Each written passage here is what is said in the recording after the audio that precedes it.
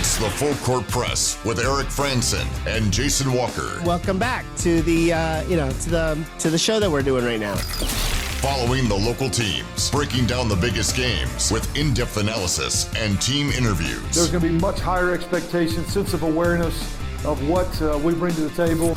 Join the show by calling into 435-752-1069 or text 435-339-0321. It's the Full Court Press. Sproles, hands up, yes! Caught! Touchdown, they did it!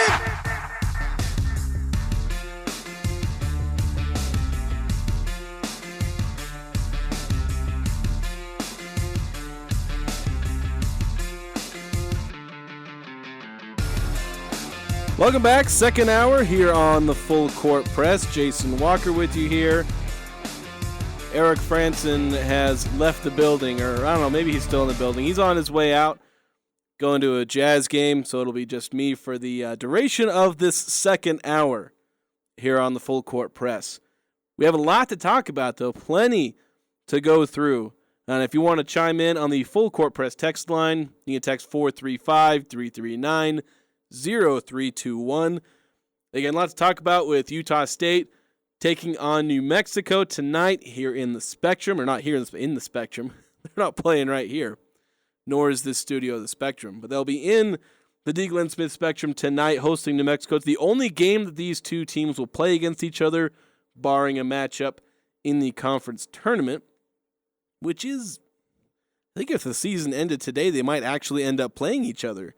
Or that they would be playing each other in like the 4 or 5 matchup in the conference tournament.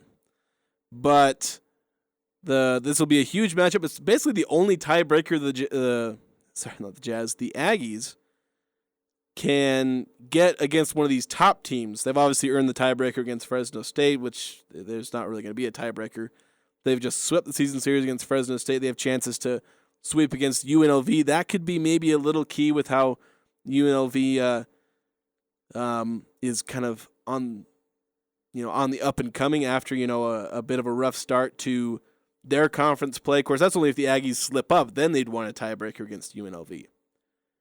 The Aggies can obviously do against San Jose State and Air Force, and maybe one other team that I'm forgetting. But getting a tiebreaker against New Mexico, and it's not just a tiebreaker. Really, more importantly, it's just getting a win against a top team and advancing up in the standings and not collecting another loss. You talked about how important it is for the Aggies to hold home court at this point because they will be playing all of the top, the other top 5 teams. The Aggies are in the top 5, so there's only 4 other teams that we're talking about when I say, the other top 5 teams. Because the Aggies will host San Diego State, they'll host Boise State, Nevada, and obviously are hosting New Mexico tonight. So it's huge for them to get a win here, hand the Lobos another loss, puts the Aggies a leg up there with a chance to keep going and keep that momentum as they host some of these other very tough opponents in the coming weeks. I believe next Wednesday they're hosting San Diego State.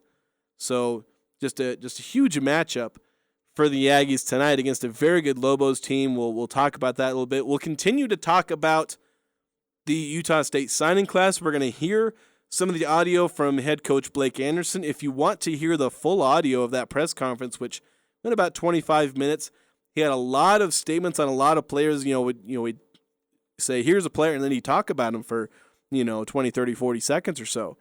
So there's a lot of, little details he gave, because sometimes there's not a whole lot you can learn about these players other than some stats, hometown. Maybe you can dig up a feature article that was done on them. But Blake Anderson giving some details on some of these players. And if you want to see kind of the full, it won't have the full signing class.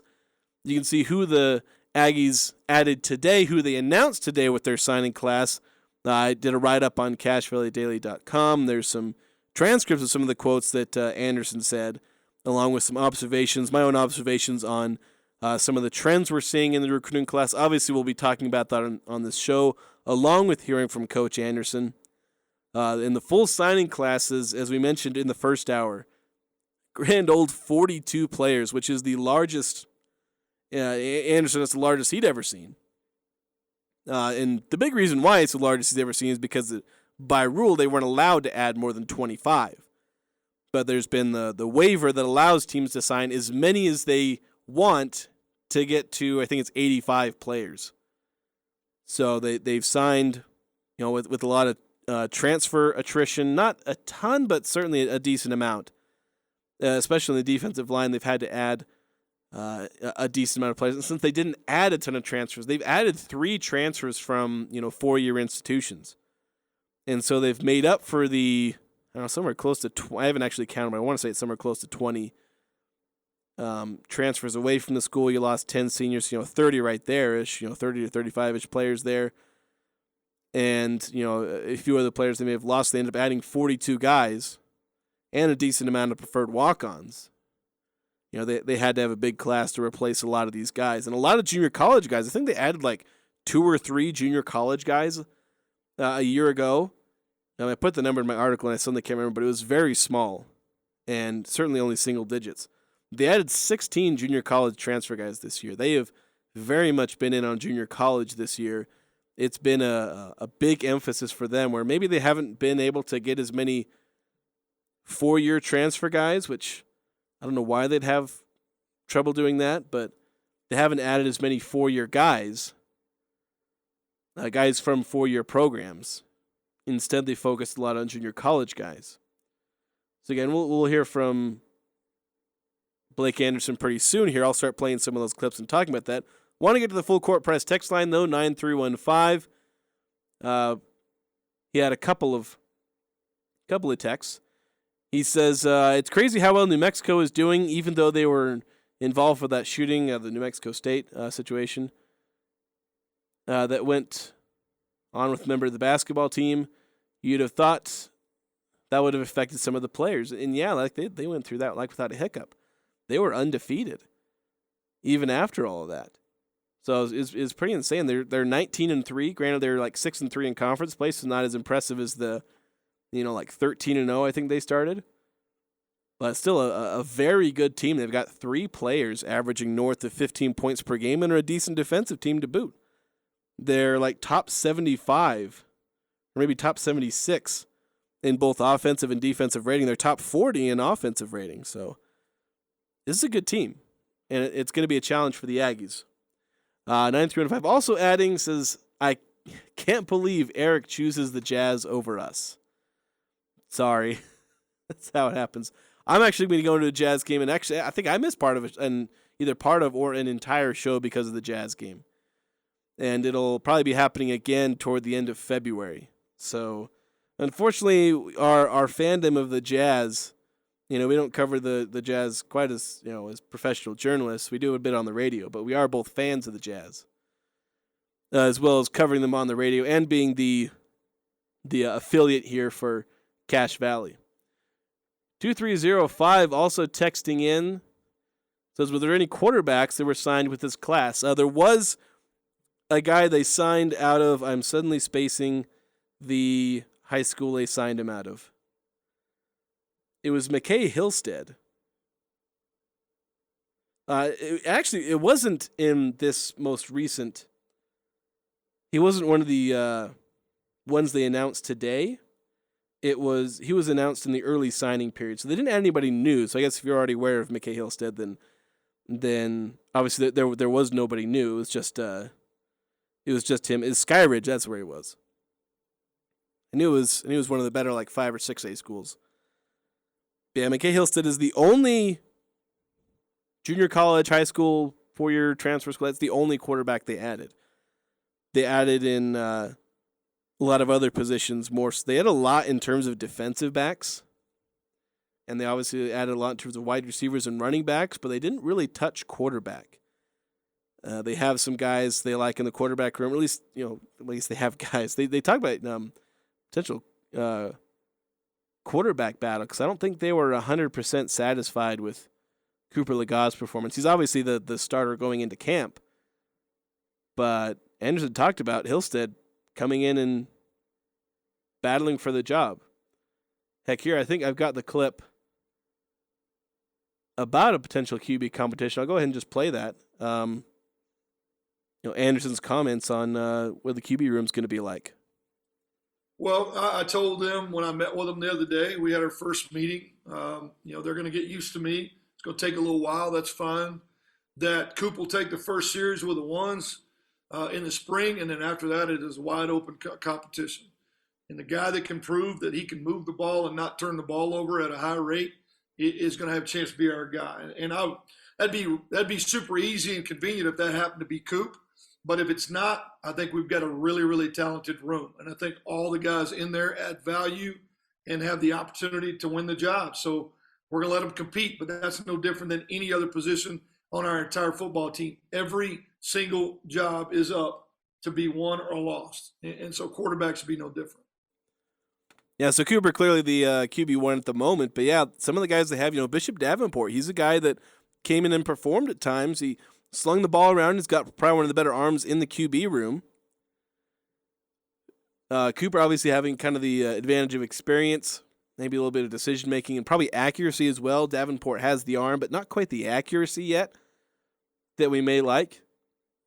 And that's one of the things with the wide receivers is that I like the talent they have in the wide receiver room. We'll see how well they perform, but I also think quarterback is a question because Cooper showed that he's capable of starting, but he's not elevating the team a ton.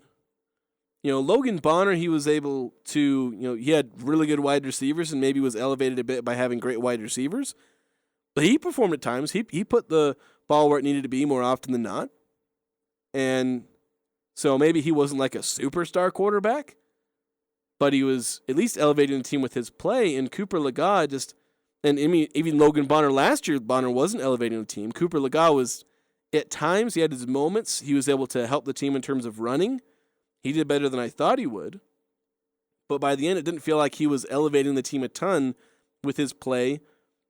All the quarterbacks were turning the ball over, all of them threw interceptions. I believe Anderson mentioned the Aggies led the country in interceptions. I didn't double-check that stat myself, but that's something he brought up in the press conference. The Aggies, leading the country in interceptions thrown. That's unacceptable. And it wasn't just Bonner because, Legar, Davenport didn't have the 5 interception games that Bonner had early in the year against UNLV. But still that's too many interceptions when you're having 1-2 interceptions basically automatically per game. 1, 2, sometimes even 3. That's something that handicaps the offense. It kills drives, kills points, and has the potential to, if it's not killing a potential scoring drive, if you get down into the other team's territory, it might kill a drive there, but if you do it early in the drive, then you're giving the offense, obviously you're giving them a short field and putting the defense in a bad place. So we'll see how things go with quarterback. But in terms of wide receivers, there are a couple different quotes. I'll try and find them in my list. He talked about a lot of these guys. And one of them was about the length of wide receiver, and he mentions Marcellus Johnson here at the beginning. He doesn't name him by name, but he's talking about the length that they added. And he kind of went on this tangent a little bit after talking about Marcellus Johnson. I'll probably try and play that clip for you as well in a moment here. But here's Anderson talking a little bit about the length that they added in the wide receiver room, which is obviously a big emphasis for them in losing Brian Cobbs and Justin McGriff, a guy who's 6'2" and 6'6", from that wide receiver room. Feel like we've really helped that room with the addition of him and Jackson Olsen, who we've already talked about. Jackson Olsen's 6'3.5", but his wingspan is 6'8". So trying to create length out there and give ourselves both speed. So Kobe 6'2.5", Arcellus 6'5", maybe 6'5.5", and Jackson being in that 6'3" range. Feel like we've done a good job at creating length there. So really quick, I'll also play, we talked about with Marcellus Johnson. Again, he's the 6'6" or 6'5" guy. Anderson, I believe I've already mentioned him and his height. But here's a little bit what he was talking about with Marcellus Johnson, one of the junior college wide receivers they brought in. And then the last addition on offense was our last letter of intent to come across this morning in a big, tall, rangy wideout, Arcellus Johnson Jr., 6'5.5", 200 pounds, going to be 210, 215 once we put some weight on him from a California JUCO out of L.A., high school there in L.A., visited Nevada and us over the last couple weekends, committed to us this week, signed this morning, and he has a 6'7" wingspan. He's got a tremendous catch radius. And that was actually, at the end of this clip, that's actually when the previous clip I played started. So you got Marcellus Johnson, and you also got Colby Bowman, and he was previously announced. He was announced back in December, like December 21st. But he talked a little bit. Anderson talked a little bit about Colby Bowman. Actually, no, Bowman wasn't announced. Actually, he announced on Twitter that they hadn't announced him. So actually, never mind. He wasn't previously announced. This is when they announced Bowman, because Bowman mentioned on Twitter that he committed to the Aggies. So, excuse me, I was mixing up different players there. But Bowman is. Well, I'll let Anderson describe him in his thoughts on Bowman and him joining the Aggies. Colby Bowman, a wide receiver, transfer from Stanford University.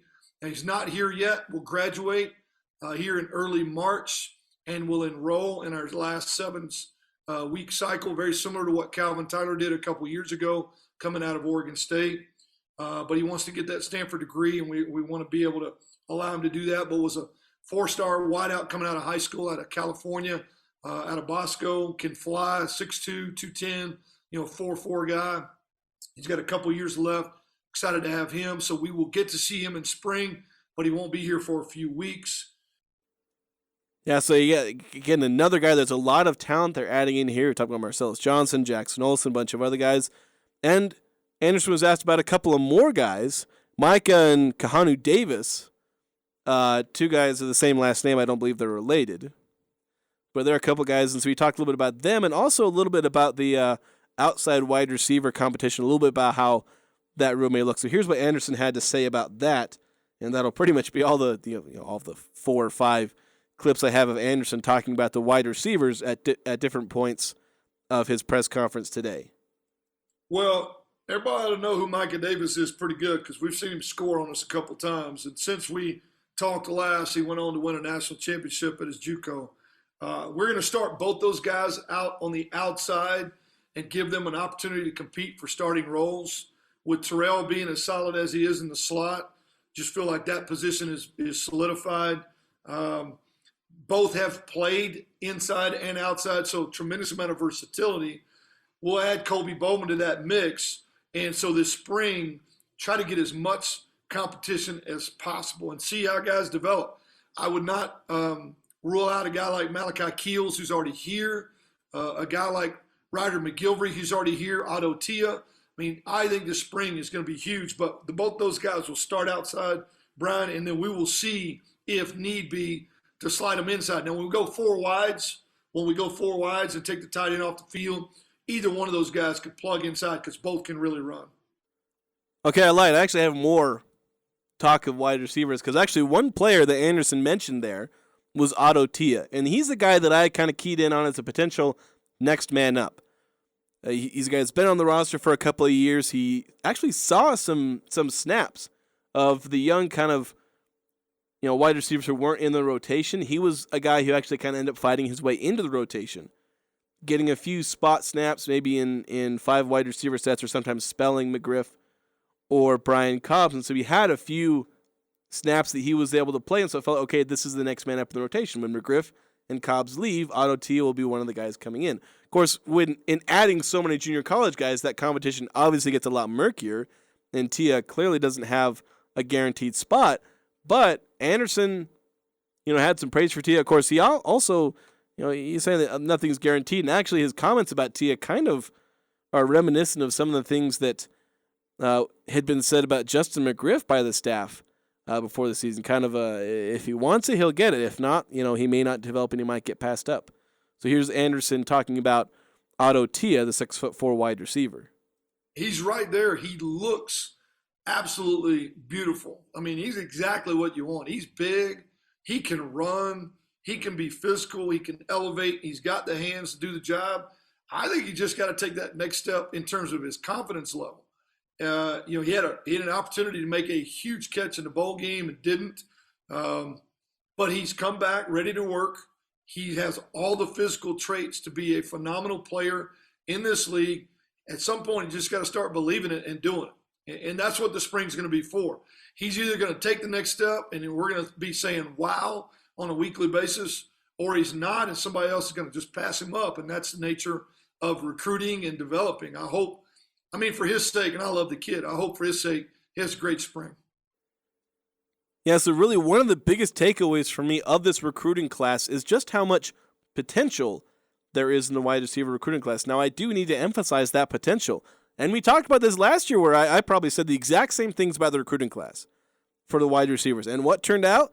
I ended up criticizing the wide receiver class quite a bit, saying that they were more at fault for Utah State's lacking passing game than Logan Bonner was. That's where I ended up playing most of the blame after being really excited about the wide receiver class.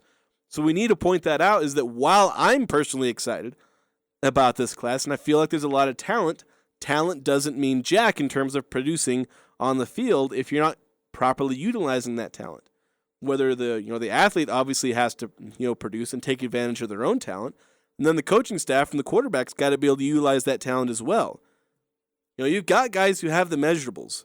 The Aggies have measurables in spades now, at least relative to where they normally are. I mean, they're not rolling out a bunch of 6'3", 6'3" guys who can run like a 4.3 that some of the bigger schools have. But relative to a lot of guys that Utah State normally gets, they've got a lot of measurables. A 6'5" guy with a 6'7" wingspan, a 6'2" guy who runs a 4.4, a 6'3" true freshman who runs a 4.5.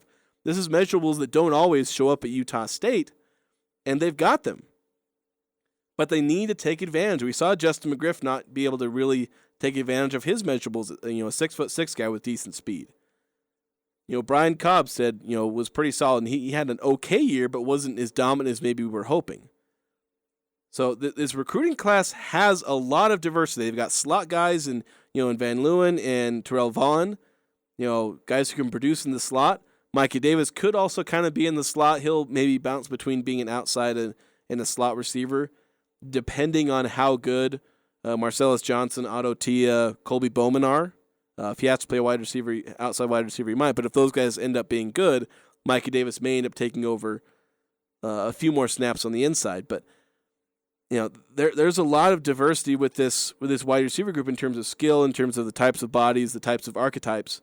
So this could end up being a very good, diverse, throw it to anybody on the field kind of wide receiver group.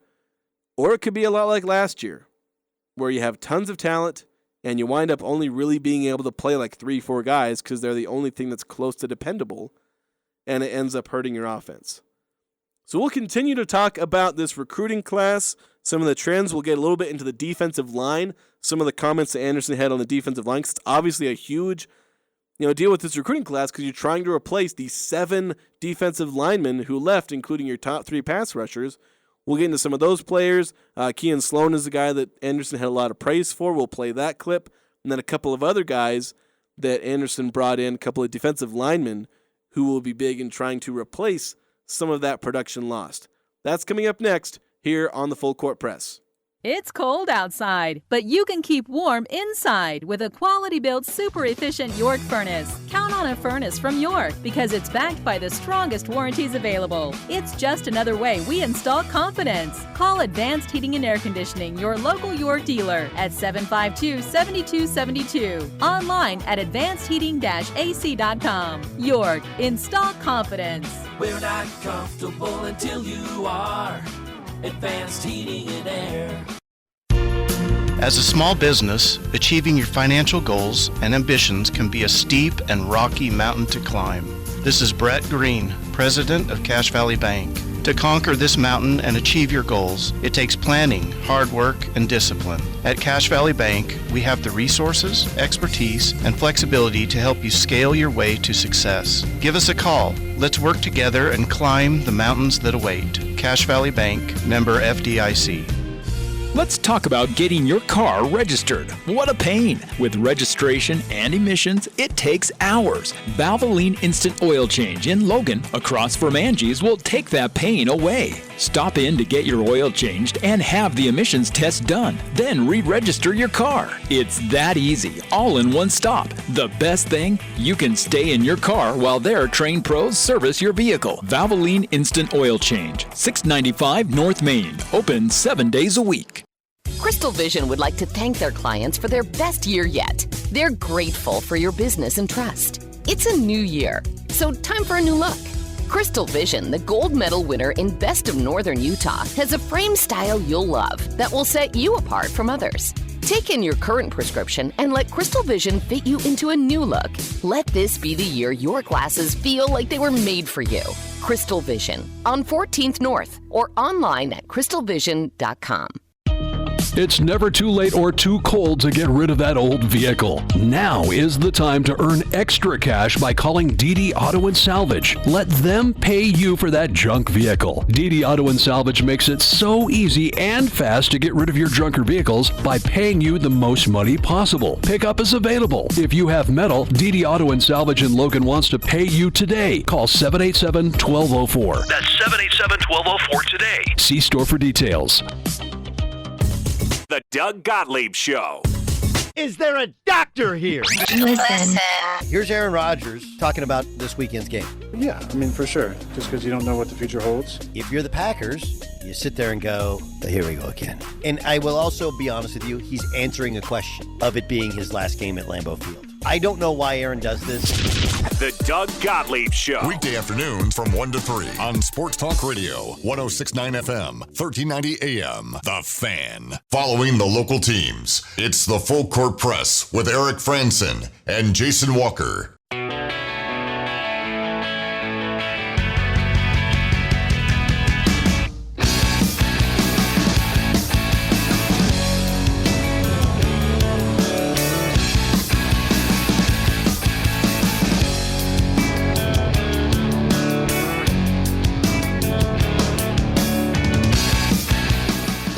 Welcome back, Full Court Press, here on 106.9 The Fan. I'd like to thank our sponsor, Napa Auto Parts. At the Napa Case Lot sale, you can find Napa Premium Oil, $3.59 a quart, Napa Premium Synthetic, $5.49 a quart, and Chevron Delo 15W40, $15.99 a gallon. Obviously, you can tell I'm very knowledgeable at all these auto parts things with how I pronounce a lot of these. So, Napa Auto Parts. You can check them out, locally owned. Whether or not I know how to pronounce the all the different things, if you know what's going on, you can go to Napa Auto Parts. So continuing on with the talk of the Utah State signing class, they announced their full signing class, basically announcing more. They had their early signing period. We covered that when it happened in December, right before their bowl game. It was like on December 21st that they had that conversation, wrote about it then. Then I have another write-up about it now if you want to go look at it, listing all the new players. Didn't list every single one because there's 42 of them, and I didn't want to put every single dang one of them on a giant, block of text that'll take up the entirety of your phone and or web page, wherever you're looking at it, on your desktop or laptop or phone or whatnot. But there is a link in today's write-up to the old signing class, and if you want to see the full thing, I posted it on Twitter. Just a screenshot of the entire signing class, all 42 players, the 23 high school, 16 junior college, and 3 transfers from Division I schools. So you can find all that information there, either on my Twitter or on CashValleyDaily.com. Just all that information, just a ton of stuff. And so Blake Anderson said that this class is basically 99.9% done, with the caveat that the transfer portal kind of makes adding more players in the spring and summer. Obviously that's a real possibility. There's not necessarily a lot of guys, but some guys that can be added. He specifically said, hey, we're looking for another offensive tackle. There's guys on this team that, the offensive line, it's a bit of a question mark right now, where they have some guys definitely returning that can be contributors. They have Wade Meacham, who's returning. They have 3 guys basically that played a lot of snaps last year. Only one returning starter in Wade Meacham. He was starting at left guard. But they have 2 guys in Filipuli Alo and then Cole Motes. They both played a lot of snaps, like rotation, night in, night out, not just injury fill-ins for a game or two. But they would, Filipuli came in a lot for Waylon Lapuaho, who would end up spelling him. He also spelled Chandler Dolphin at center a little bit. So Alo's got actually a decent amount of snaps, not just last year, but in years previous. So he's a fairly experienced lineman. Cole Motes, for the last couple of years, has been a guy who's rotated with Jacob South at right tackle. He's kind of been the swing tackle they've had a guy who can fill in. So they have those 3 guys that are experienced. They would have had 4 experienced guys and basically most of an offensive line. They could have had Wade Meacham at left guard, Alo at center. He's the most capable center they have there. I think Meacham might be able to play center as well. But they could have had Waylon Lapuaho at right guard and then Cole Motes at right guard, then find a fill-in at left tackle.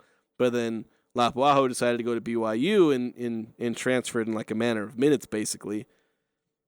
So right now they're looking for, they've got 3 of the 5 positions filled.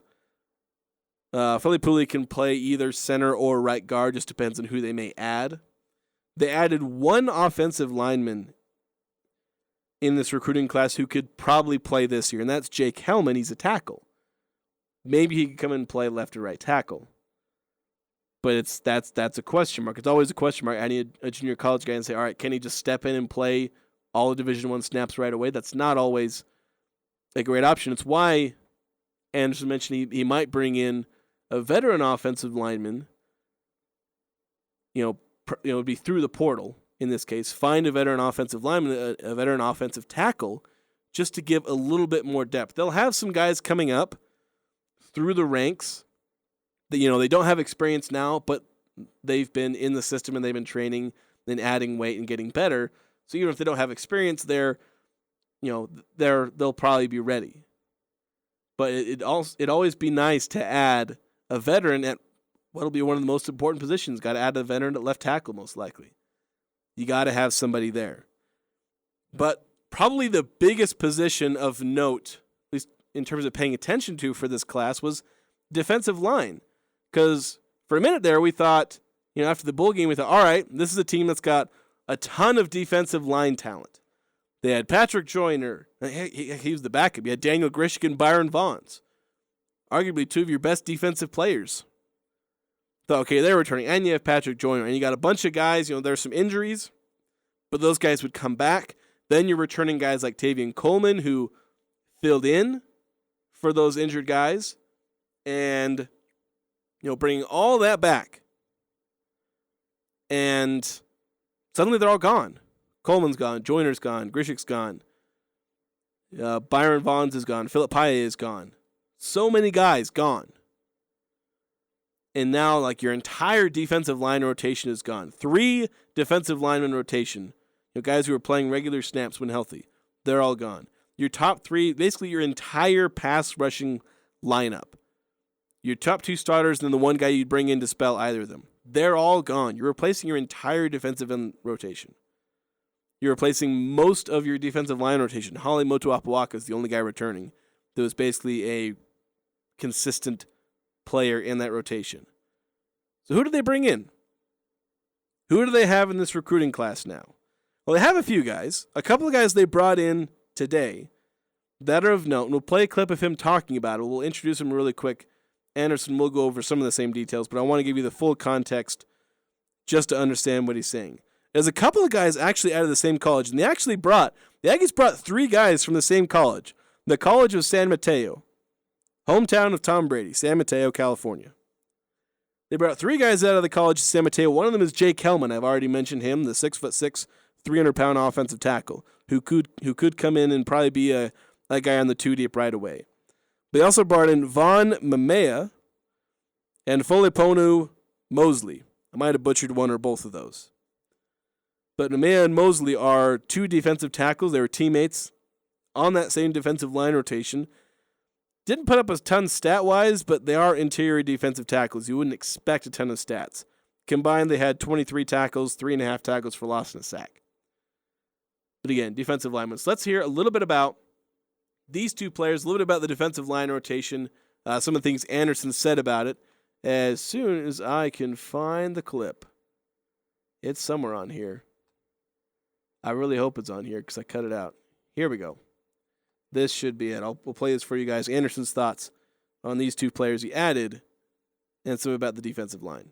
The last 2 guys are Fale Mosley and Von Mamea. They are 2 big interior defensive line teammates from San Mateo Junior College. Both 300 plus. Mosley about 310. Mamea maybe is close to 330 right now. We're going to trim him down a little bit, but 2 big interior D linemen. We had some guys leave and put their name in the portal. We expected those things to happen, and we were prepared. Both of those guys are on campus in spring practice and getting acclimated as we speak. And they'll bring size, physicality, and power to the interior. We lose a guy like Coleman at 280. We replace him with a guy that's 300, 310. We lose a guy like Phil, and we bring in a guy that's 330. So we've been prepared for some attrition, and I feel like our staff did a Guess it lost the last second or two. He felt like the staff did a good job of replacing it, basically, or getting him ready to fill those spots.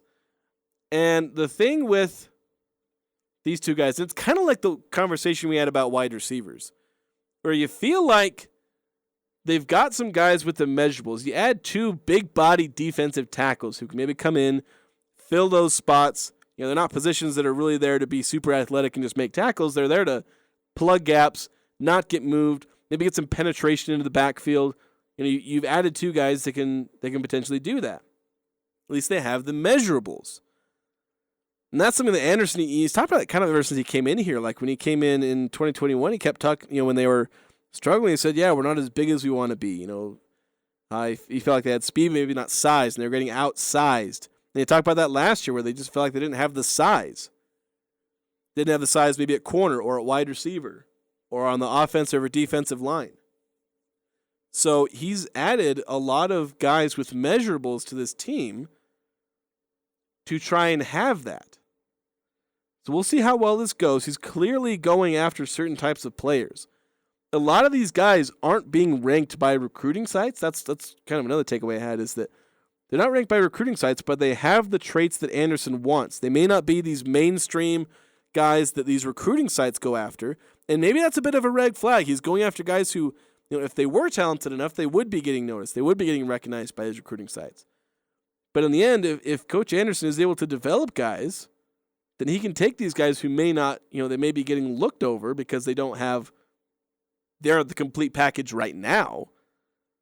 But if he feels like he can develop them, then you end up accomplishing the same purpose. You can find diamonds in the rough. You can find guys that get overlooked so long as they have the tools you want, you can work with, and you can put together to build the team that he wants. And he clearly wants guys who have enough size to hold up front. He wants size to, avoid getting beat in one-on-one matchups at corner. And he wants size and speed on the outside in his wide receivers. And those are the kind of players he's going after with these recruiting classes. Regardless of whether or not recruiting ranking sites are paying attention to these guys, he wants the players with the tools that he wants at particular positions. And this is where, when you go 2 or 3 years into a coach's tenure, that's where you begin to, some of the initial players, they begin to filter out the guys that coach didn't recruit, and then he begins to add his own recruits, his own style of players, and this is where we can see, all right, how good is Blake Anderson as a program builder?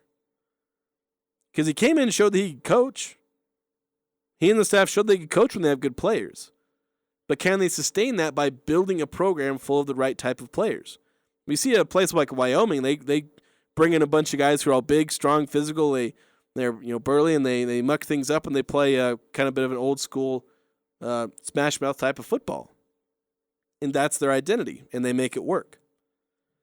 What's Utah State trying to do? So, and we're seeing a bit of Coach Anderson's vision coming through with the type of players that he brings in and what he wants out of his players. So I'll just talk a little bit about that. We're going to take a quick break here.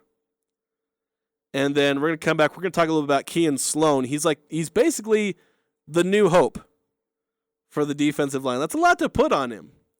He's a defensive end. He's out of junior college, but he's someone that Anderson had a lot of praise for, saying that he jumped out on film. So we'll talk a little about Kean Sloan and the task that he may be shouldering a lot more than maybe he deserves. But if he's good enough, then heck, maybe he could be a star here at USU. So we'll have that coming up next here on 106.9 The Fan.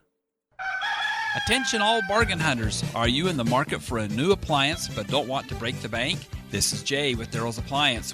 We just received 2 huge truckloads of scratch and dent appliances that are as good as new, but with a few cosmetic imperfections. You'll get Daryl's exclusive 2-year extended warranty and the famous Daryl's difference on service and warranty. You don't have to sacrifice quality for a great deal. Why pay full price when you can get a dentalicious deal at Daryl's Appliance, west on Airport Road? When it comes to home care, it's important to know you have a choice. If you or a loved one is in need of hospice or home health services, remember that Primrose Home Care and Hospice believes in treating the patient as well as the problem. We work directly with you and your doctor to create a health plan that's catered to your needs. Our team is devoted to providing options in the freedom and safety of your own home. Visit us at primrosecare.com or call to schedule a free consultation. Primrose Home Care and Hospice, your local hospice and home health provider since 2006. Les Olson IT structured cabling is second to none. Tired of old and inefficient cabling? Have an upgrade or remodel planned? Building a new network from the ground up? We offer the very best in low voltage cabling installation, including data, phone, fiber optic, and more. Ask us how to get your free consultation today. Les Olson IT.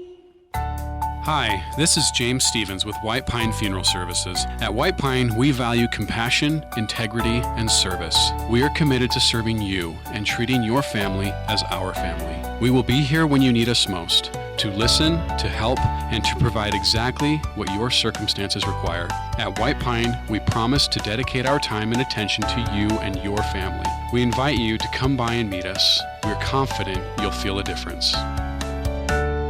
Own a small business or a farm? You thought about solar? Listen up. A new USDA grant was announced allocating $300 million for farmers and small business owners to put in solar. That's right. The government will help you get solar installed, covering 40% of the cost. And don't forget, as a business, you can save up to 50 or 60% more with federal and state tax credits. Second Sun Solar will install your system and help with the USDA paperwork. Call Second Sun Solar today at 435-363-9917 or online at utahsolardirect.com. This is Two Pros and a Cup of Joe. We're getting back into it. And as you said, he can't speak yet, but he is able to write. And one of his first questions was, did we win? Like, that was the showcase game. I just love the fact that it puts things back into perspective. It humanized football. Two Pros. LeVar Arrington, Brady Quinn, and a Cup of Joe. Jonas Knox. Weekday mornings from 4 to 7 on Sports Talk Radio, 106.9 FM, 1390 AM. The Fan. The Aggies are #1 here. The Full Court Press. Connect with us on Facebook, Twitter, and online at 1069thefan.com.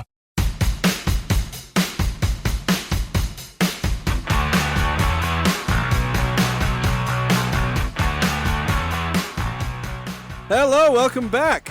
Already well in progress in this second hour here, and I realized I've spent so much time talking about the recruiting class that I haven't left any time to talk about the big basketball game happening tonight.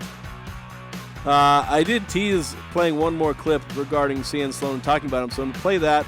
We'll probably have a bit of a quick segment here because I do want to get to some breakdown of this New Mexico game. And talking a little bit, how big of a deal it is for Utah State. We did touch on that a little bit at the very beginning of the hour. So if you want to go back and re-listen to that, I talked a bit about it. So let's go ahead and we're going to talk a little about Kean Sloan. He's a recruit that Utah State brought in. He comes out of, I can't remember all the different colleges these guys came out of. I have to go find it again. All my different notes. He comes out of, he was signed in the first recruiting class. Comes out of American River College in California. He had one of the more statistically dominant years among the junior college guys. He had 84 tackles, 22 tackles for loss, and 12 sacks at American River College. He was a very big performer there. He's 6'3". I think some have listed him at 6'4" now. He's now listed at 220 pounds. When he was initially announced, he was listed at 210 pounds. So I guess he's gained 10 pounds in a month and a half. It's not bad. So let's talk. We'll let Anderson talk a little bit about him, where he's the guy who's going to be tasked with replacing basically the three-man rotation of Byron Vaughns, Daniel Grishik, and Patrick Joyner. Obviously not alone, but he's going to try and make up as much ground as he can. Here's Anderson talking about Sloan.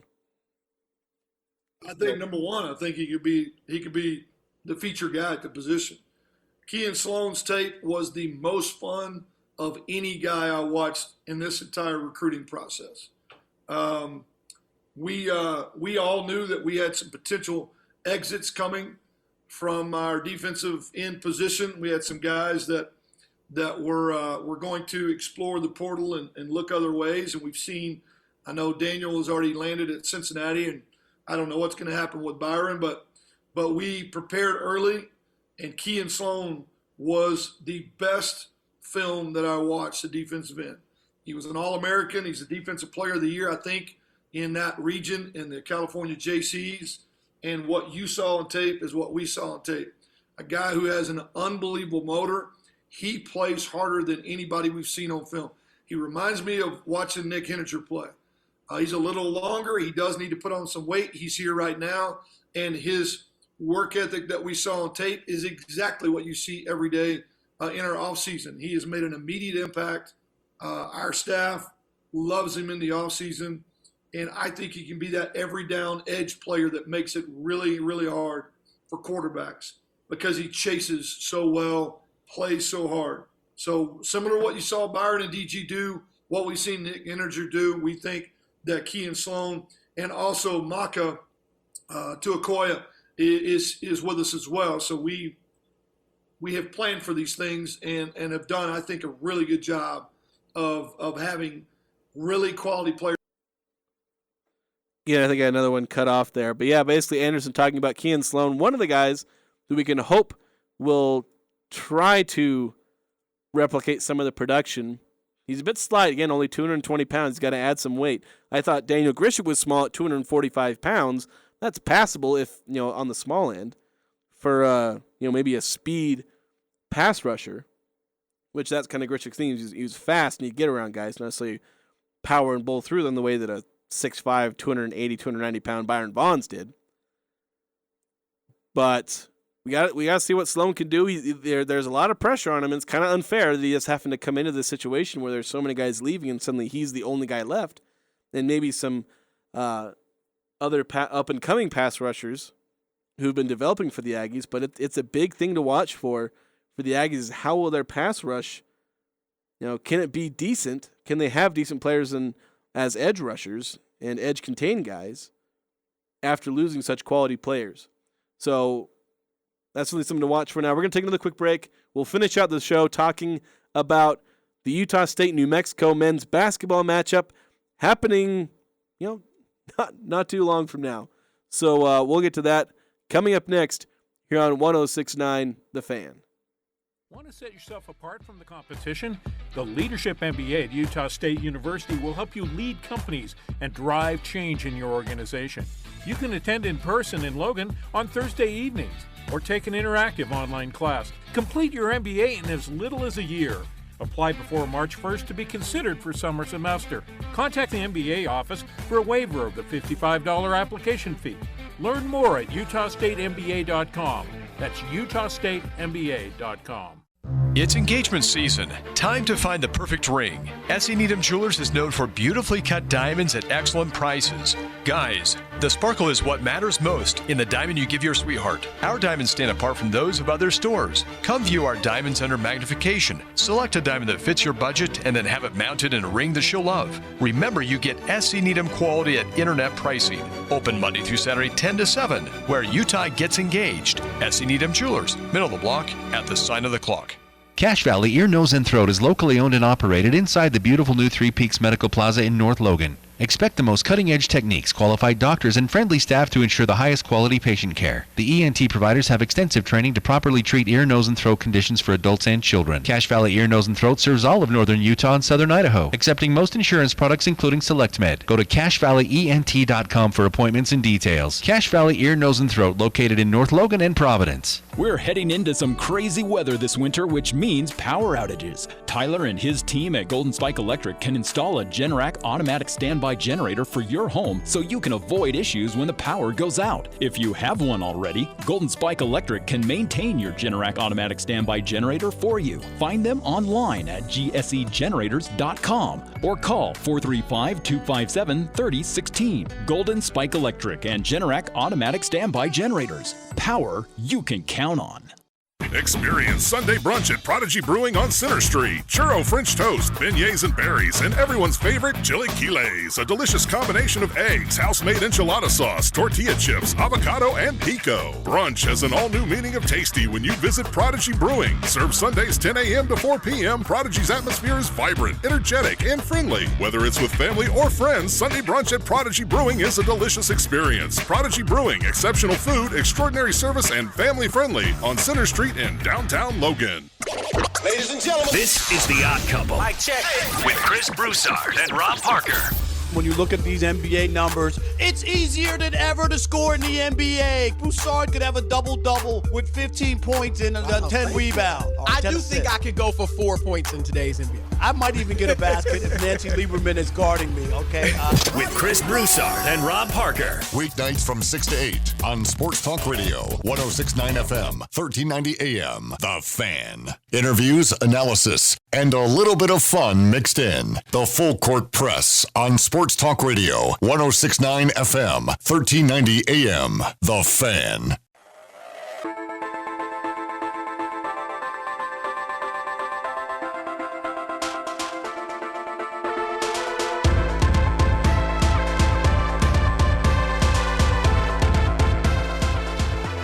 Final segment here on the Full Court Press. Jason Walker kindly excused Eric Franson as he's off going to the Jazz game tonight. Jazz taking on the Toronto Raptors. First time they've been in action in a few days. It's like over the weekend, basically. It's been so long, I've forgotten. All I've had is trade rumors for the Jazz. But also in action tonight, the Utah State Aggies, the basketball team. We spent most of the show and a lot of the second hour talking about football teams, signing day, some of the impacts of these recruits, the incoming, a lot of junior college kids, a lot of freshmen who we may not see this year, but could always have some contributors. You had Ike Larson, Robert Briggs, and Waylon Lapuaho all contributing, and some other freshmen on the defensive line and linebackers.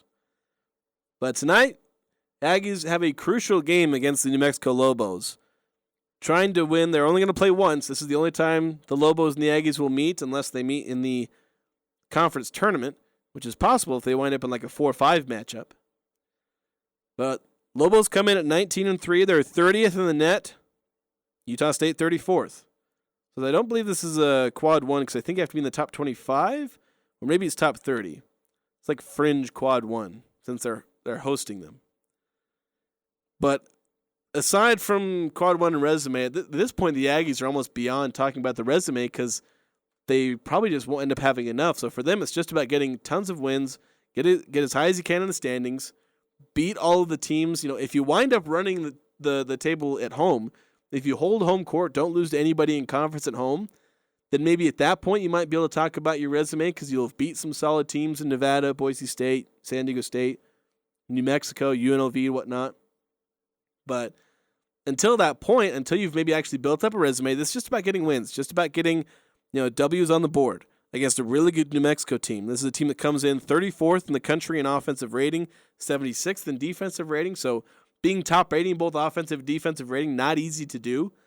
And it's why they're a good team. I mean, the Aggies, they're 11th in offensive rating. They're clearly good at offense, but they're 213th in defensive rating. So not a very good defensive team. And it'll be tough because they're facing some really good offensive players. 3 Lobos averaging 15-plus points. Jalen House at 17.4 points. He's their 6'1" senior guard. Jamal Mashburn, 6'2" junior guard. He's actually their leader in scoring at 19.5 points. And Morris Udeze, a 6'8" kind of forward center type, kind of a small ball center type they've brought in. He's averaging 15.5 points, 8.5 rebounds. And he's a guy that Ryan Odom has praised multiple times, saying he's been a big part of the jump. Because House and Mashburn were on the team last year, but Udeze really coming in and helping these Lobos make the jump from a okay team to a borderline top 25 team. This team's been receiving votes and jumped in and out of the kind of the back end of the top 25 for most of the last month and a half now. Mashburn is a particularly interesting player because Odom talked about how good he was at mid-range pull-ups. He said he's like basically the premier mid-range pull-up guy in the country, and stats back it up. Mashburn takes like some of the most mid-range pull-ups out of anybody. He has like over 100 attempts on pull-up mid-range jumpers. Way more than basically anybody else. And he's like top 5 in terms of efficiency among players who actually shoot it consistently. So that'll be something to watch out for. I wager that Max Schulge will probably be a primary guy because he's one of the best at keeping guys in front of him and then contesting. But Stephen Ashworth's going to have to spend some time on him too. That'll be a big defensive matchup for Ashworth, who can keep guys in front of him. And he shouldn't get bullied by Mashburn, but still, it's hard to stop mid-range pull-ups because you're basically, at that point, you're trying to keep him from getting to the rim, and you kind of have to end up selling out the mid-range jumper, and then you can't stop it because you try and buy it on the mid-range jumper, then you get beat by a guy going to the rim, and you don't want to give up, a guy going to the rim. So that'll be a big matchup for the Aggies. That's going to do it for us here on the Full Court Press. I've been Jason Walker. Got a lot more. We'll have a lot to talk about tomorrow with all the things going on tonight and tomorrow, but we'll talk to you then.